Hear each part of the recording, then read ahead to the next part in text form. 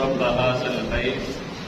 بیت اللہ کے رب کی عبادت کرو، الذی اطعمہم من جوع وآمنہم من خوف، جس نے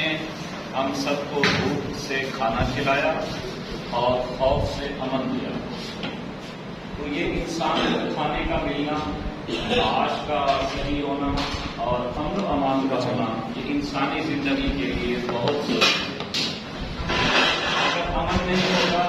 انسان صحیح طور پر زندگی نہیں گزار سکے، معیشت ٹھیک نہیں ہوگی انسان صحیح طور پر زندگی نہیں گزار سکے۔ میں سلام پیش کرتا ہوں حضرت قاسمی صاحب اور حضرت القاسمی صاحب دامت برکاتہ العالیہ کو، انہوں نے ہم سب کو اس ریل گاڑی کی پٹڑی میں یا کہہ لیں تسبیح کے دانوں کے اندر ہم سب کو پرو کر اس بات کی طرف دعوت بھی دی اور ہمیں اکٹھا بھی کیا، ایک دوسرے سے تبادلہ خیال کا بھی موقع